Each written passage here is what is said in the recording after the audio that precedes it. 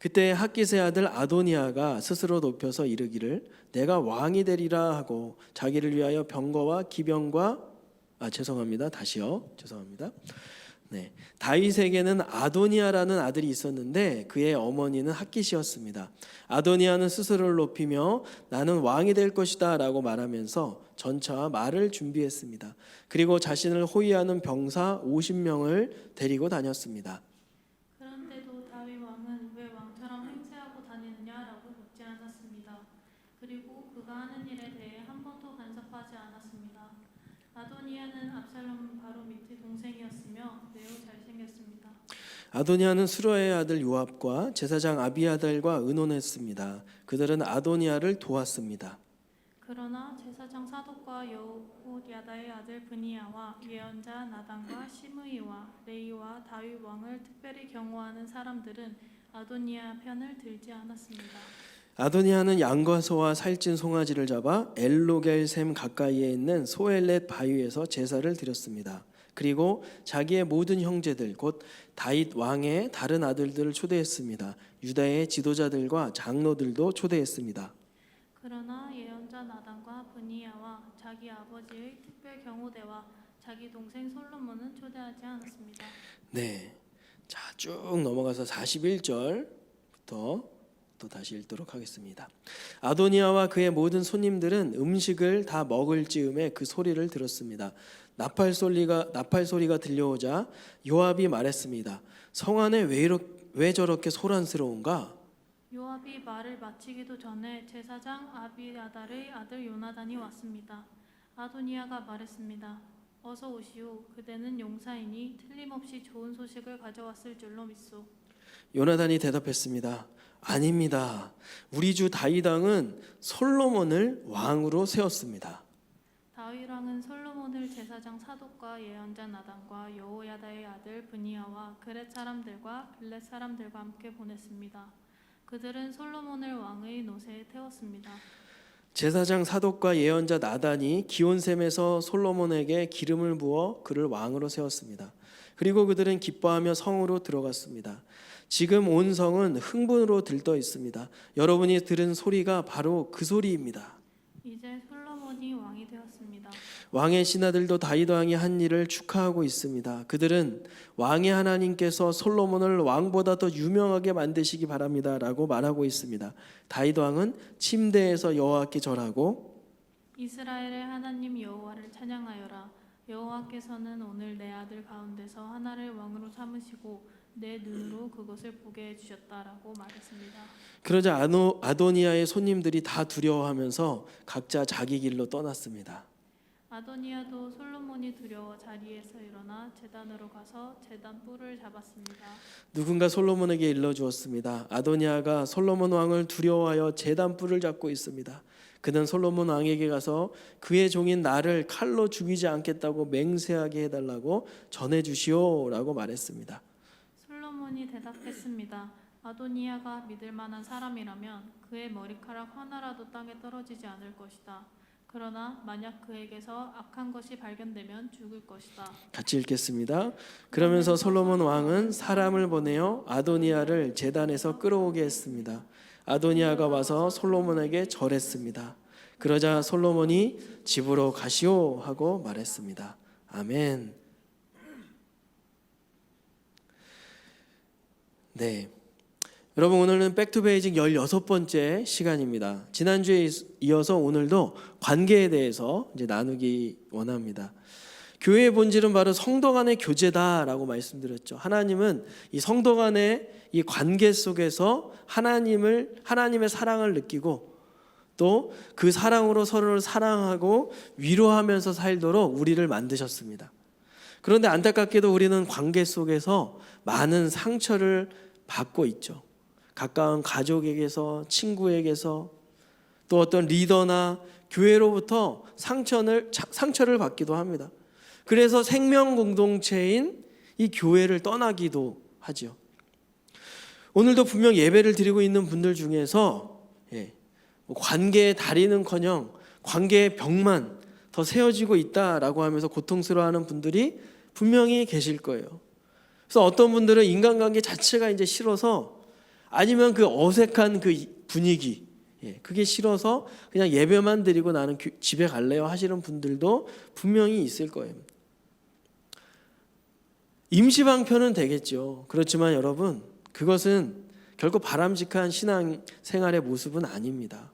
하나님은 당신의 그 부분을 잘 해결하기를, 당신이 그 부분을 잘 해결하기를 원하실 거예요. 그렇다면 이를 어떻게 해결하면 좋을까요? 이 관계에서 우리가 벗어날 수 없는 삶인데 어떻게 좋은 관계를 쌓아갈 수 있을까? 그냥 여러분, 우리가 어렵게 생각하지 말고 그냥 간단하게 한번 생각해 보면 좋겠습니다. 오늘 우리가 또 또래 모임이기도 하는데 여러분, 나는 관계의 벽이 자꾸 생긴다, 자꾸 관계가 꼬인다라고 한다면은 그렇게 만드는 그 원인을 찾아서 제거하면 되겠죠. 그리고 동시에 관계를 자꾸 망치게 하는 원리가 아니라 관계를 개선하고 관계를 회복하는 그 원리를 적용하고 실천하면 될 것입니다. 자, 성경은 이것에 대해서 뭐라고 말할까?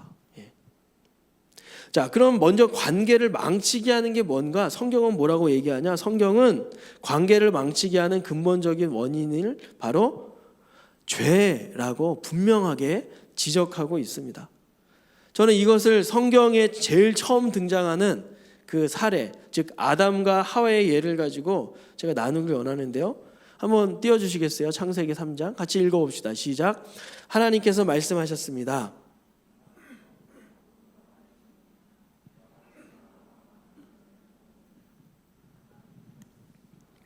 하나님이 저에게 주신 여자가 그 나무 열매를 줘서 먹었습니다. 여호와 하나님께서 여자에게 말씀하셨습니다. 도대체 네가 무슨 일을 저지른 것이냐? 여자가 대답했습니다. 뱀이 저를 속였습니다. 그래서 제가 그 열매를 먹었습니다. 여러분, 어떤 지금 상황인지 아시겠죠? 여러분, 우리가 알다시피 아담과 하와는 선악과를 따먹어서 하나님과의 관계도 깨지고 부부의 관계도 깨졌습니다. 어느덧 하나님과 또 부부 간의 친밀감이 싹 사라졌어요. 지금 방금 우리가 읽은 그들이 하는 말을 잘 들어보시기 바랍니다. 하나님이 저에게 주신 이 여자가 먹으라 그래서 먹었어요. 하나님, 저 뱀이 저를 속였습니다. 서로 남탓하면서 책임을 전가하고 있죠. 결국 아담과 하와는 하나님 책임이다라고 하면서 그 모든 책임을 하나님께 돌리고 있는 것입니다. 여러분, 근데 우리가 가만 생각해 보면 관계가 깨지는 이유도 이것 아닙니까? 자기 잘못을 인정하지 않고 상대방이 잘못이라는 거예요. 상대방 탓이라는 겁니다. 여러분, 그렇다면 이 인간의 죄성, 이 인간의 이 죄가 이 관계를 다 망치는 것이라고 했는데 그 인간의 죄성 그 가장 밑바닥에는 무엇이 있을까요? 그곳에는 우리가 익히 알고 있는 것처럼 인간 스스로 높아지려고 하는 교만이 있습니다. 하나님을 몰아내고 자신이 하나님 되려고 하는 반항심이 있다는 거죠. 심한 지독한 자기 중심성이 거기에 떡하니 자리 잡고 있는 것입니다. 오늘 본문이 바로 그러한 죄인의 특징을 아주 잘 보여주고 있는데, 그럼 우리가 읽었듯이 본문의 배경은 이제 다윗 왕이 이제 나이가 너무 들은 거예요. 많이 늙었어요. 그런데 아직 후대 왕 승계가 이루어지지 않은 상태입니다. 그런데 사실은 다윗이 공식적인 발표는 하지 않았지만 일찍이 하나님의 뜻을 따라서 솔로몬을 후대 왕으로 염두에 두고 있었어요. 근데 본문에 나오는 아도니아라는 사람이 있잖아요. 이 아도니아는 누구냐? 다윗의 넷째 아들입니다. 네 번째 아들. 그 위에 암논, 길르압, 압살론이 있었는데 이미 다 죽었어요. 그리고 그때 당시 현존하는 아들 중에서 아도니아가 가장 연장자였습니다. 어떤 상황인지 딱 그림이 그려지시죠? 그래서 아도니아는 지금 나도 왕이 될 만한 능력과 권리가 있다. 나도 얼마든지 나라를 잘 다스릴 수 있다. 그러면서 이 권력에 대한 탐욕으로 스스로 왕이 되고자 했던 것입니다. 여러분 생각해 보세요. 내가 왕의 아들인데 왕이 된다는 게 얼마나 멋집니까? 5절 한번 보실래요? 5절. 오늘 본문 5절. 다윗에게는 아도니아라는 아들이 있었는데 그의 어머니는 핫깃이었습니다.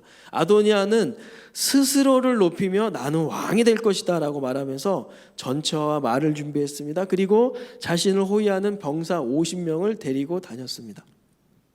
여러분 지금 어떤 그림인지 대충 그려지십니까? 물론 다윗이 늙어서 조금 일을 늦게 빨리 착수하지 못했어요. 다윗 실수도 있습니다. 그렇지만 여러분 다른 나라는 몰라도 이스라엘이라는 나라는 어떤 나라예요? 하나님의 주권 속에서 하나님이 친히 그 왕을 세우는 그런 나라예요. 아도니아가 그걸 잘 알고 있었겠죠. 근데 아도니아는 그런 하나님의 주권과 하나님의 질서, 하나님의 권위는 무시하고 그리고 또 자기 아버지 다윗 왕에게도 묻지도 않고 독단적으로 마치 자기가 왕이 된 것처럼 지금 벌써 행세를 하기 시작하고 있는 겁니다. 우리가 방금 읽었던 5절을 보면은 아도니아가 한 그 말에는 그의 교만과 아집과 오만으로 똘똘 뭉쳐진 뭔가 나도 잘할 수 있어라는 어떤 반항심, 그런 마음이 이렇게 느껴지고 있는 것이죠. 그렇지만 여러분 우리가 알듯이 하나님은 어떤 분이십니까? 교만한 자를 대적하시고 패하시는 분이시죠. 하나님은 오늘 아도니아가 굉장히 잘생겼다 이렇게 나오는데 하나님은 외모가 아니라 중심을 보시는 분이다라고 성경은 분명히 기록하고 있습니다. 여러분 이런 자만심과 교만한 자세 때문에 관계에 금이 가는 거예요. 이런 사람들은 자기중심성이 굉장히 강합니다. 내가 바뀌기보다는 상대를 이렇게 바꾸려고 해요. 자기가 무슨 재판장이 된 것처럼 시비를 가리는데 다 자기중심적으로 다 이게 옳다, 이게 그르다, 내가 맞고 네가 틀리다. 서로 다른 것인데 틀리다라고 말하는 그런 경향이 있다는 것이죠. 여러분 성숙한 인간관계를 맺으려면 서로의 차이점과 인간의 어떤 다양성을 생각할 줄 알아야 되는 것이죠. 상대가 틀린 게 아니라 이건 다르다라는 것을 인정하고 상대를 무조건 비난하고 비판하는 것을 멈춰야 되는 것입니다. 여러분 그런 관계의 다툼은 대부분 이런 무지, 이 다름에 대한 무지에서 오는 것이라고 저는 생각이 들어요. 여러분 우리는 서로의 불완전함을 비판하기 위해서가 아니라 서로의 불완전함을 보충하기 위해서 만났다라는 말이 있는 것처럼 공동체에서 특히 이 결혼, 이성교제에 있어서도 이 원리가 그대로 통하는 거예요. 아주 중요한 겁니다. 여러분 우리가 처음에 서로의 다른 점 때문에 이렇게 끌린 거 아닙니까? 그게 불편하다고 여겨지기보다는 오히려 그게 더 매력으로 다가왔기 때문에 만난 거예요. 제가 좀 전에 아담과 하와의 예화 그리고 오늘 본문 이 아도니아의 예화를 들려드렸는데 이 두 가지 사례를 통해서 우리가 분명히 알 수 있듯이 성경은 관계가 깨어지는 그 안에는 반드시 죄성이나 이 죄의 기류가 흐르고 있다는 것을 보여주고 있습니다. 따라서 여러분 우리가 정말 건전하고 행복한 인간관계를 세우려면 이 죄성을 성령의 능력으로 잘 다스려야 되는 것이죠. 여러분 그런데 우리가 또 한 가지 생각해야 될 게 있습니다. 인간의 이러한 하나님에 대한 어떤 반역, 이 반항심은 하나님에 대한 오해로부터 비롯된다라는 것이죠. 하나님에 대한 오해. 어떤 오해냐? 여러분 우리 창세기 3장으로 가서요 하와에게 접근하는 사탄의 말을 한번 우리가 주의 깊게 살펴봅시다. 창세기 1장 4절 한번 볼까요? 같이 한번 읽어보겠습니다. 1절 시작. 여호와 하나님께서 만드신 들짐승 가운데 뱀이 가장 간사하고 교활했습니다. 어느 날 뱀이 여자에게 와서 말했습니다. 하나님이 정말로 동산 안에 어떤 나무의 열매도 먹지 말라고 하시더냐? 자, 거기까지요. 지금 1절에 이 얘기는 느낌을 더 살려서 얘기하면 뱀이 하와에게 여러분 뱀이 사탄이 아닙니다. 또 뱀은 다 사탄이다 그러면서 막 사탄 잡으러 다닌다 이러면 안 됩니다. 예, 사탄이 뱀의 그 영악함을 이제 이용해서 하와에게 접근하는 것이죠. 하와한테 뭐라 그러는 거냐면 하와야, 하나님이 진짜 그렇게 말씀하셨어? 하나님이 정말로 이 동산 안에 있는 열매 마음대로 따먹지 말라 그러셨어? 지금은 이게 무슨 얘기인지 못 알아들을 건데 좀만 더 들어보시기 바랍니다. 뭔가 하나님이 하신 말씀에 대해서 의문을 제기하는 거예요. 뭔가 뭐 하나님 하신 말씀이 뭔가 문제가 있는 것처럼. 4절 5절 한번 볼까요? 같이 한번 읽어봅시다. 시작. 그러자 뱀이 여자에게 말했습니다. 너희는 죽지 않아. 하나님은 너희가 그 나무의 열매를 먹고 너희 눈이 밝아지면 선과 악을 알게 되어 너희가 하나님과 같이 될까 봐 그렇게 말씀하시는 거야. 여러분 요즘에 가스라이팅이라는 단어 많이 얘기하죠. 가스라이팅. 지금 뱀이 하와한테 그렇게 하는 거예요. 마치 하나님은 인간의 자유를 빼앗아 가시는 분이야라고 뭔가 하나님이 우리를 속박하고 우리의 자유를 빼앗아가는 분처럼 오해하게 만든다라는 것이죠.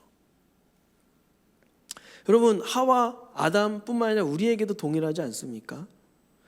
여러분 이 세상 사람들이 왜 기독교를 싫어할까요? 기독교는 뭔가 사람들을 옥죄한다라는 거예요. 내가 하고 싶은 일을 가로막고 방해를 한다는 것입니다. 왜 우리가 그 틀 안에 갇혀서 살아야 되냐?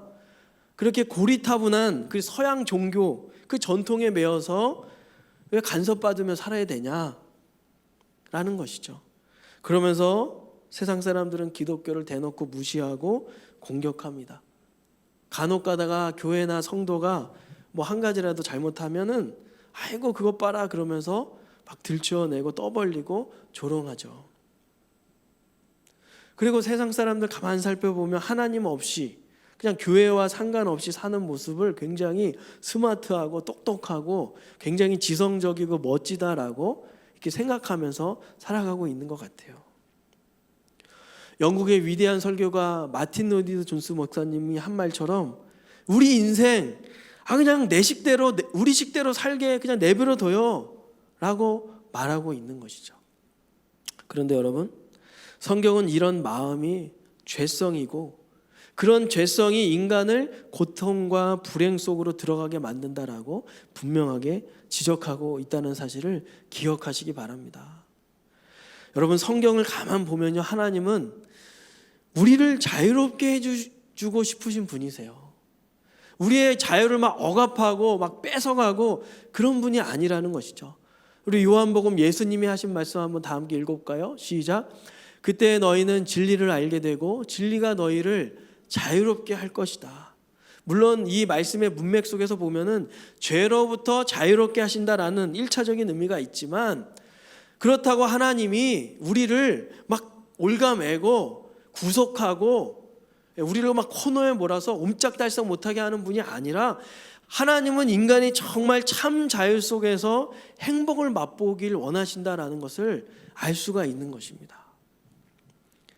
사람들은 따지죠. 왜 하나님은 선악과를 만들어가지고 왜 이렇게 우리를 괴롭히냐. 그러나 여러분 선악과는 인간이 누구인지 깨닫게 해주는 장치일 뿐입니다. 인간은 창조주 하나님이 만드신 피조물이다. 하나님이 이 모든 에덴 동산과 이 우주를 다 만드셨고 그것을 인간에게 주셨다. 그래서 너는 이 안에서 마음껏 뛰어놀면서 행복하게 살 수 있지만 그래도 하나님의 말씀을 들으면서 살아가야 되는 피조물이다라는 것을 알려주는 장치가 선악과였단 말이죠.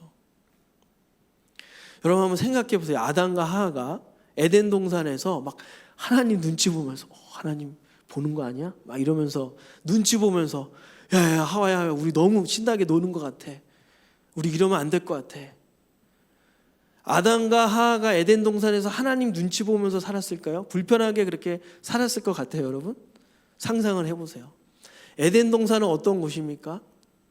인류 역사 이래 인간에게 있어서 가장 최적의 장소 아닙니까?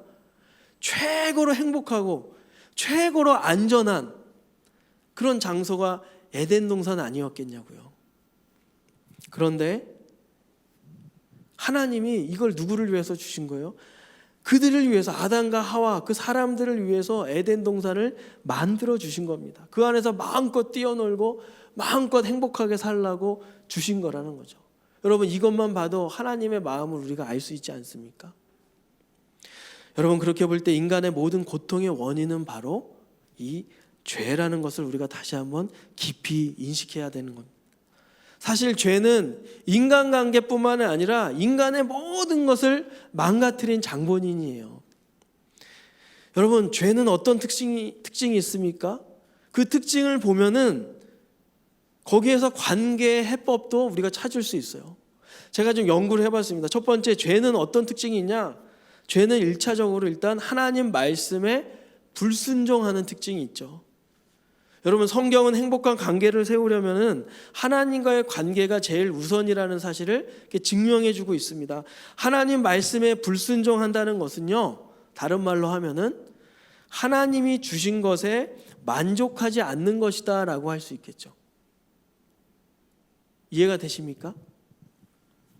아담과 하와는 하나님이 주신 것에 만족하지 않고 오히려 하나님이 금하신 것에 관심을 두었어요. 보암직도 하고 먹음직도 하고. 여러분, 신앙의 미덕, 신앙 성숙의 지표 중 하나는요, 자족하는 법을 터득하는 것입니다. 자족하는 법.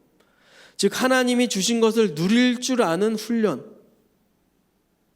여러분, 가난만이 빈곤이 아닙니다. 자족하지 못하는 것도 빈곤이에요. 여러분, 자족하지 못하면 어때요? 늘 불평과 불만을 입에 달고 삽니다. 이런 사람은 하나님이 자기에게 주신 것이 얼마나 귀하고 아름다운 것인지, 또 얼마나 많은 것을 주셨는지 그냥 잊고 살아요. 무시하면서 살아요. 여러분, 생각해 보자고요. 우리 주변에 불평하는 사람들 옆에 있고 싶습니까? 입만 열면 막 불평하고 불만하고 막 씩씩대고 한숨 쉬면서 그런 사람 옆에 가고 싶냐고요. 자, 그런가 하면 여러분, 죄의 특징 두 번째는요, 하나님이 주신 목적대로 살지 않는 것입니다. 하나님이 주신 목적대로 살지 않는 것. 여러분, 창세기 1장 28절에 보면은 하나님이 인간에게 명령하시죠. 생육하고 번성하고 땅에 충만하라. 이 땅을 다스려라. 정복해라. 이런 사명을 주셨어요. 여러분, 죄라는 것은 하나님이 주신 이 사명에 충실하지 않는 것입니다.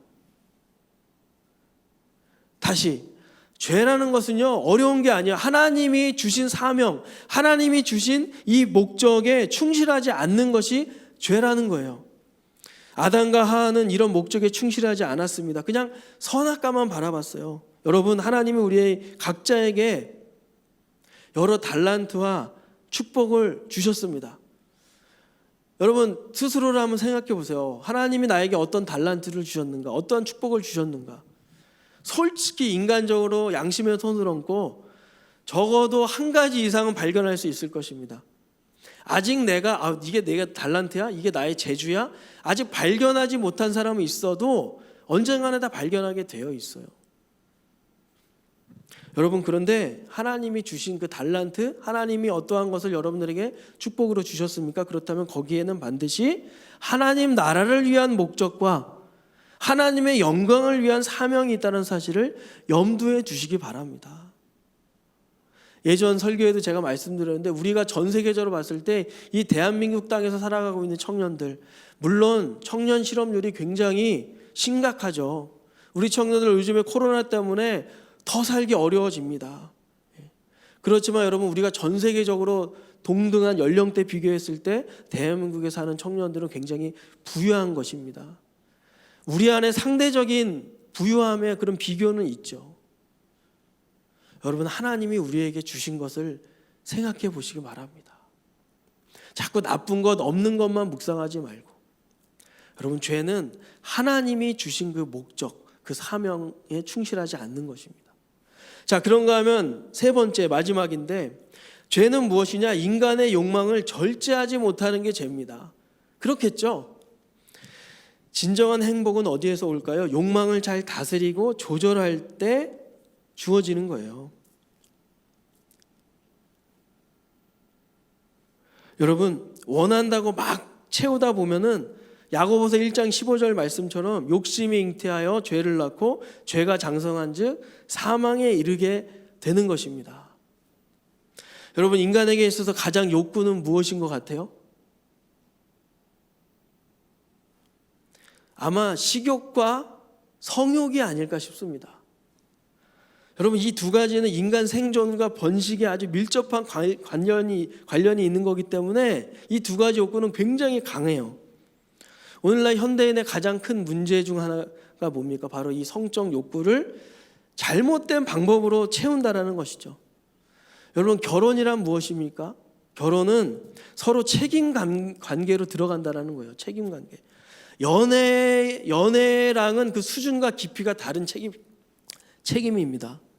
여러분, 결혼이라는 울타리 안에서 갖는 성생활은 아주 깊은 친밀감을 형성하고 육체적인 기쁨과 그 전율, 그 극치를 경험하게 하는 거예요. 심지어 영적으로도 깊은 연합을 갖게 해주는 게 결혼 안에서의 성생활이에요. 그러나 수많은 현대인들이 자유라고 해서 막 성적인 해방이다 막 이래서 그 울타리 밖에서 막 성적 관계를 무분별하게 막 갖는 겁니다. 근데 여러분, 엄밀하게 따지면 그것은 자유가 아니라 방종 아닙니까? 신앙을 떠나서 일반적으로 생각해도 그것은 방종이죠. 성의 노예가 되게 하고 에이즈와 온갖 성병과 암에 걸리게 하는 게 그 무분별한 섹스죠, 섹스. 무엇보다 깊은 불안감과 죄책감을 주는, 거기서부터는 불쾌감 아닙니까? 그런 것들을 안기지 않습니까? 그리고 허탈감과 회의감에 빠지게 합니다. 무엇보다 영혼의 깊은 상처를 안겨주는 거예요.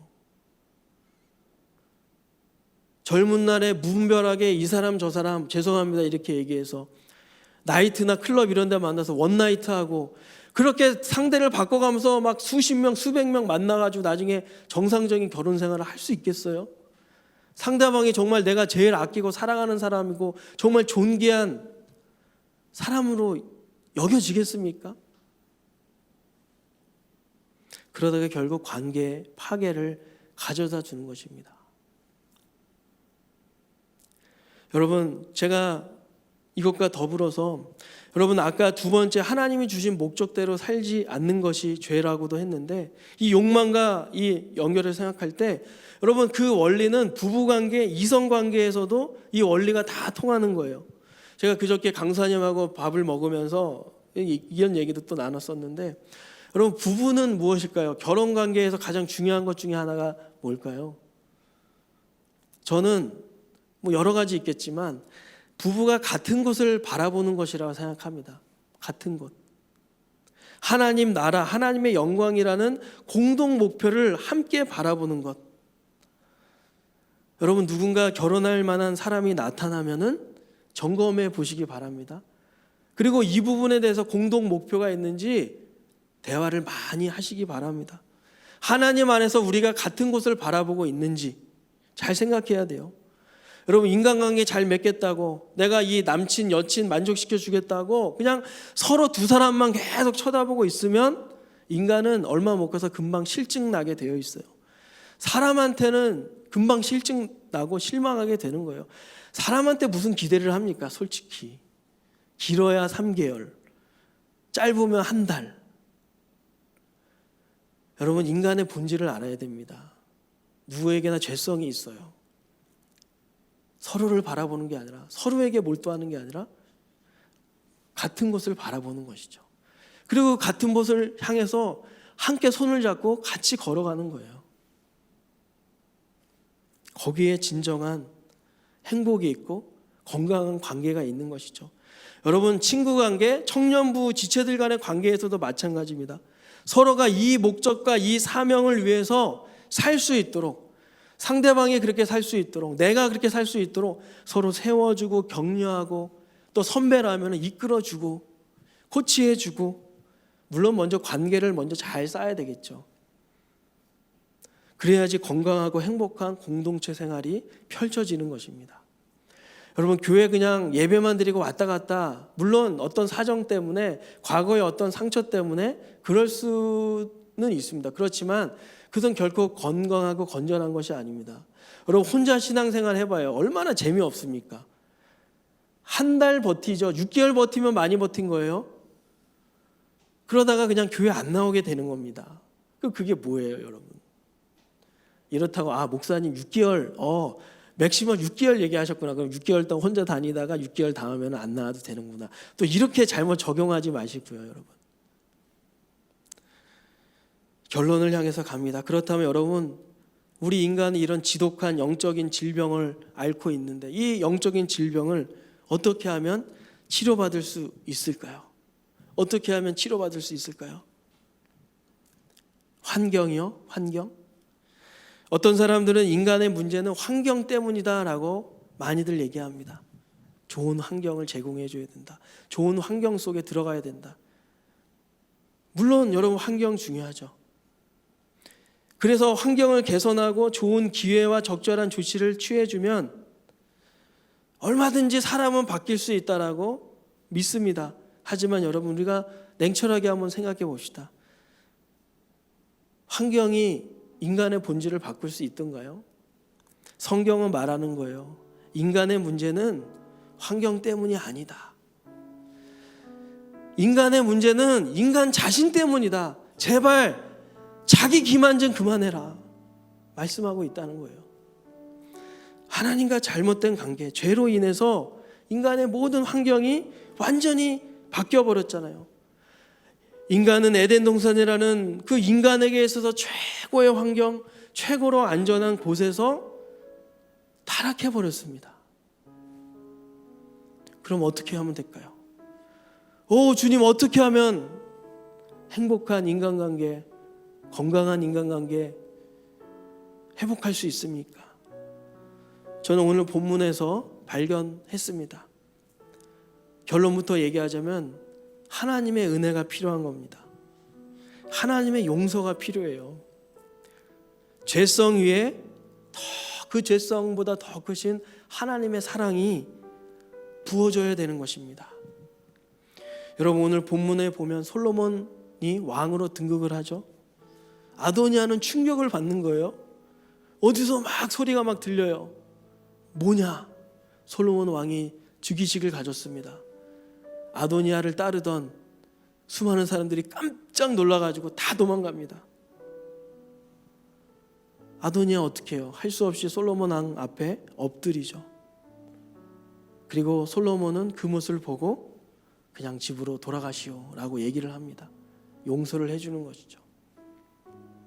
바로 이것입니다, 여러분. 하나님의 용서, 하나님의 은혜. 그것이 우리의 죄성을 깨트리고 내 중심적으로 모든 인간관계를 재구성하려고 하는, 재조직하고 개편하려고 하는 그런 잘못된 시도들을 멈추게 하는 거예요. 그런데 여러분, 이것과 함께 동시에 생각해야 될 것이 또 하나 있습니다. 그것은 바로 회개입니다. 회개. 오늘 솔로몬도 그냥 아도니아를 그냥 무조건 용서해 주지 않아요. 아도니아가 정말 문제가 없는지, 다시 반역하지 않은지 점검을 하고 용서를 해줍니다. 여기서 우리가 알 수 있는 것은 회개라는 거예요. 여러분, 하나님의 은혜를 입은 자는 자기 잘못을 깨끗이 인정하는 사람입니다. 남 탓하지 않아요. 하나님 탓하지 않아요. 내 잘못을 인정한다고요. 건강한 관계요, 바로 이 자세가 필요한 것입니다. 여러분, 진정한 관계의 회복은 자기 깨어짐에서부터 시작이 되는 겁니다. 제발 남 탓하지 말자고요. 제 탓입니다. 내 탓입니다. 좋은 관계는 이렇게 책임을 지는 것에서부터 시작이 되는 거예요. 그게 진정한 믿음이고 진정한 용기 아닙니까? 그게 진정한 현명함이고 관계에 있어서 지혜라고 저는 믿습니다. 여러분, 우리 예수님을 생각해 보십시오. 예수님은 우리를 위해서 죽으실 이유가 단 한 가지도 없었어요. 그렇지만 예수님은 우리를 사랑하시고, 사람들이 그렇게 죄를 지를 거 뻔히 아시지만, 그래서 죄를 져서 하나님 마음을 아프게 했지만 하나님은 그런 인간들을 버리지 않으시고 예수님이 오셔서 그걸 다 책임을 지시잖아요. 십자가로 지시잖아요. 용서해 주시잖아요. 사랑하는 여러분, 좋은 관계를 세우기 원하십니까? 깨진 관계를 회복하기 원하세요? 그렇다면 나의 죄성을 다스릴 수 있도록 하나님께 은혜를 구하시기 바랍니다. 오늘 아도니아가 솔로몬에게 은혜를 입었던 것처럼 우리도 하나님의 은혜를 입으면 되는 거예요. 하나님의 사랑을 달라고 기도해 보시기 바랍니다. 그리고요, 제발 남 탓하지 말고 내 자신을 돌아보기 바랍니다. 진정한 회개는 책임을 지는 것이라 그랬어요. 여러분, 사람은 믿을 대상이 아닙니다. 사랑할 대상이지 신뢰할 대상이 아니에요. 겉보기에는 아무리 훌륭해 보여도 그 이면에는 다 죄성이 있습니다. 연약함이 있습니다. 그래서 여전히 하나님의 사랑과 용서가 필요한 존재예요. 거기에 뭘 기대하겠습니까? 우리가 서로를 바라볼 때 이러한 은혜와 긍휼의 눈으로 바라보길 원합니다. 그럴 때 하나님께서 정말 행복한 인간관계, 건강한 우리 신앙 공동체로 만들어 주실 줄로 믿습니다. 여러분, 이 시간 자리에서 한번 다 함께 한번 일어나기 원합니다. 오늘은 좀 집중적으로 기도하기 원하는데요, 여기 있는 분들은 단 한 명도 빠짐없이 다 관계 어려움 한 가지씩은 다 갖고 있을 거예요. 여러분, 어떤 어려움이 있으십니까? 부모님과의 관계 속에서 어렵습니까? 옛날에 나의 절친이었는데 지금 원수같이 되신 친구의 관계도 있습니까? 어떤 리더로부터, 어떤 교회로부터, 어떤 권위자로부터 상처받으셨어요? 사탄은 우리를 그 상태에 머물게 만듭니다. 용서하지 않게 만들어요. 그러면서 나도 모르게 내 중심적으로 모든 관계를 해석하고 판단하게 합니다. 시간 우리 나의 그 깨어진 관계, 꼬인 관계를 하나님 앞에 맡겨드리면서, 하나님, 나의 중심적인 이기적인 이 죄성을 주님 다스려 주십시오. 하나님, 나에게 은혜를 베풀어 주십시오. 하나님, 사랑을 베풀어 주십시오. 건강한 관계로 회복될 수 있도록 하나님 인도하여 주시옵소서. 우리 다 함께 하나님 앞에 기도하도록 하겠습니다. 오 하나님, 오 하나님, 오 하나님 도와주십시오. 오 하나님, 하나님, 하나님, 이 문제를 어디서부터 어떻게 손을 대야 될지 모르겠습니다. 그렇지만 하나님, 오늘 말씀, 하나님, 내 안에 꿈틀꿈틀대는 이 죄성, 정말 상대방을 아버지 정죄하고 비판하고 비난하기에 바쁜 나의 이 자기중심성, 아버지 내려놓습니다. 용서하여 주옵소서. 다스려 주옵소서. 하나님, 그리고 하나님, 나에게 큰 은혜를 베풀어 주십시오. 하나님의 사랑을 베풀어 주십시오. 우리를 위해서 책임을 지시고 우리를 용서하신 하나님 예수 그리스도를 본받을 수 있도록 도와주십시오. 하나님 아버지, 하나님 아버지, 우리에게도 아버지 이 은혜가 필요합니다. 하나님, 성숙한 인간관계를 아버지 맺어갈 수 있도록 주여 도와주시옵소서. 성령의 능력으로 우리를 다스려 주옵소서. 나의 이 마음을 다스려 주옵소서. 하나님, 하나님, 하나님, 하나님이 원하시는 그 목적대로 아버지 관계를 쌓아갈 수 있도록 도와주십시오. 상대방을 나의 이익을 위해서 이용하는 것이 아니라 상대방을 위해서 섬기며 배려하며 아버지 자리 이끌어줄 수 있도록 도와주시옵소서. 하나님이 주신 사명에 충실한 삶을 살 수 있도록 도와주시고 우리 공동의 목표를 향해 나아갈 수 있도록 하나님 인도하여 주시옵소서. 하나님 아버지, 우리의 욕망, 아버지 우리의 이 죄성의 욕구들을 다스려 주시옵소서. 잘못된 우리 아버지의 욕구 충동을 아버지 고치게 하여 주옵소서. 하나님, 치유하여 주옵소서. 하나님, 고쳐 주옵소서. 하나님, 용서하여 주옵소서. 하나님, 이끌어 주시옵소서. 하나님, 친구와의 관계, 이 갈등의 관계를 치유 회복할 수 있게 도와주십시오. 사랑하는 우리 부모님들, 하나님 아버지 관계가 회복될 수 있도록 아버지 다시 대화의 문이 열릴 수 있도록 하나님 그 은혜를 베풀어 주시옵소서. 하나님, 이들로부터 받은 상처, 교회로부터 권위자로부터 받은 상처, 하나님 용서하여 주옵소서. 하나님 아버지 인도하여 주시옵소서. 우리 다 함께 찬양합니다. 하나님의 그늘 아래, 하나님의 그늘 아래 내 모든 것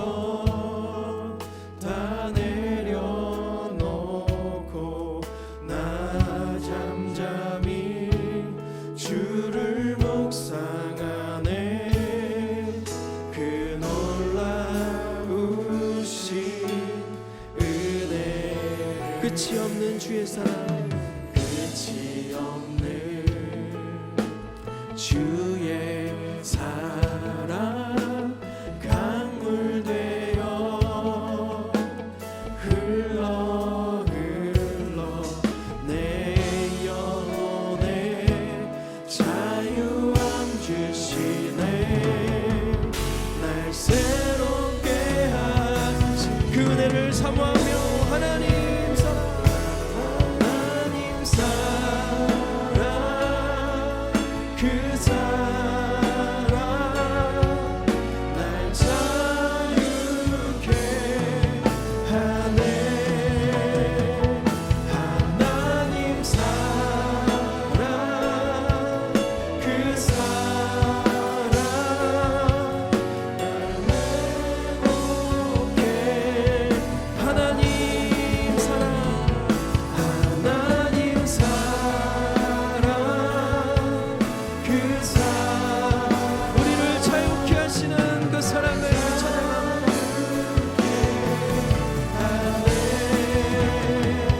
하나님 사랑, 그 사랑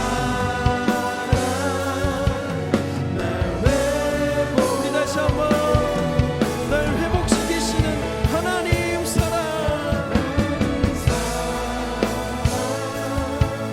그 사랑 날 자유케 하네. 아멘. 하나님 사랑, 그 사랑 날 회복케 하네. 우리 한 가지만 더 기도하고 마치기 원합니다. 여러분, 오늘 또래 모임이죠. 우리 친구들 만납니다. 여러분, 우리 이 공동체 속에서는 친구들이 웃지만 그들의 마음속에 눈물을 흘리고 있을지 모릅니다. 내가 고통스러워하는 문제가 친구들에게도 있을 거예요. 옆에 있는 우리 친구들 같은 또래를 위해서 기도합시다. 사랑하는 내 친구, 하나님 믿음으로 서 있을 수 있도록 도와주십시오. 어렵고 힘든 이 고난의 터널 언젠가 끝날 것을 믿고 하나님 주시는 능력으로 이겨낼 수 있도록 도와주십시오. 하나님 관계 속에서 그 인생의 문제 회복시켜 주시고 해결해 주시고 치유하여 주옵소서. 우리 옆에 있는 친구들을 위해서 우리 한 번 더 기도하겠습니다. 하나님 아버지, 사랑하는 우리 친구들을 위해서 축복하며 기도합니다. 아버지 하나님, 나에게 아버지 하나님 주신 귀한 믿음의 동력자 사랑하는 내 친구, 우리 내 친구, 하나님 소중한 믿음의 친구들 하나님 축복하여 주옵소서.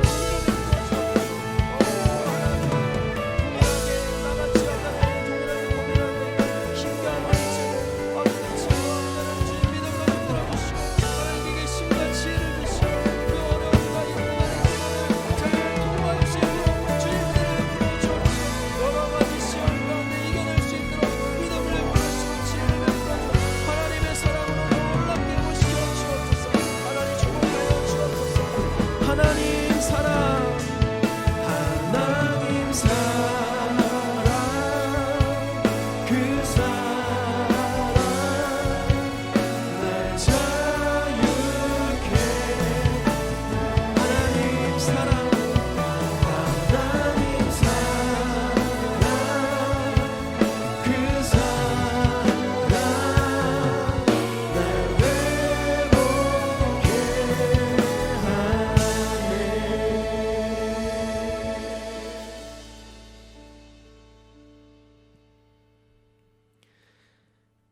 지금은 우리를 자유케 하시고 회복케 하시는 예수 그리스도의 놀라운 은혜와 하나님의 극진하신 사랑과 성령의 교제 교통하심이